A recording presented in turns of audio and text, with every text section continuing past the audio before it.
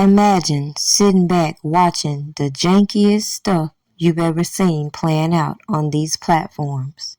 Individuals coming out one minute talking about their child is missing, their child is in a sex cult, their child this, their child that, and skip the fact that their child is a grown-ass woman.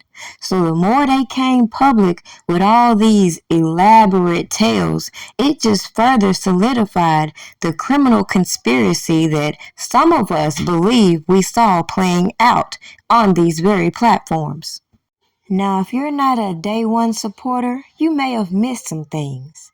You may have been distracted between all of these internal conflicts, these coercion and intimidation tactics we saw playing out also, but it doesn't take a genius to recognize why I advise individuals to sit back and watch these people continue to incriminate themselves, continue to show the malicious intent behind using these platforms, and keep refurbishing their storyline based on what movie they saw that would corroborate why they batshit crazy. Now, the fact that they manipulate these storylines from other articles and other movies and then try to diagnose their own daughter with all these mental instabilities and bypass all of the trauma that they themselves have inflicted upon their child, as they say, while trying to deflect and speculate on what they think is going on. Never mind, there's been full investigations on Robert Sylvester Kelly. They done gave us the rundown on who they think is enabling Joycelyn and holding her hostage. They done came on here and played party to their daughter being assaulted by another witness and then getting back on here trying to act dumb, all in the name of content.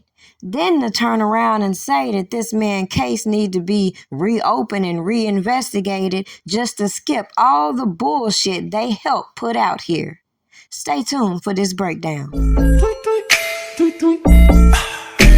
the bag. Get the bag. Y'all niggas know what it is. You know we get the bag.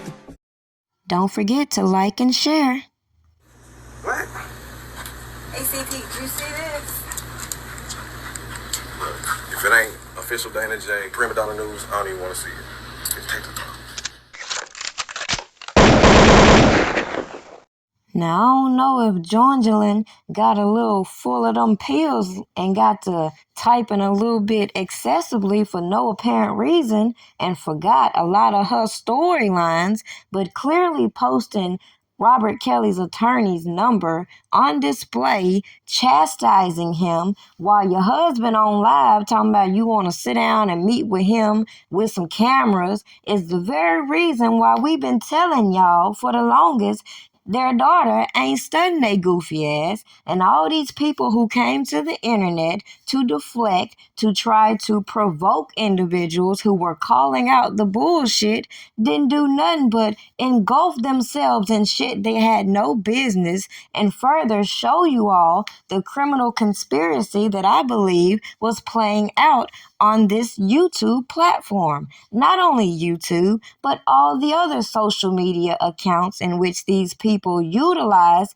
to put certain information out there, then go back and delete it and forget that some of us documented it for a reason. Now, with all that said, let's use our common sense. Clearly, Tim Savage, knowing that Robert Kelly is still up for his appeal, still has other things going on, is still up to his shenanigans trying to stay ahead of his bullshit story, talking about running to the feds as he normally does, and people skip the fact that if the feds ain't came out with nothing to corroborate the fact that they claim their daughter is no longer living now or schizophrenic, then clearly they have no valid claims or no justified reason in continuing to harass this man who they say ain't never getting out of jail. But the gag is, You know how they say, once you tell a lie, you got to keep on lying. So now you want to separate yourself from the people don't want to accept the fact that these people needed the Clarys and Azriel to get this whole RICO set in motion along with all of the bullshit they antagonized on these platforms. And common sense should have told any superfan that clearly I said, let this shit play out. Okay?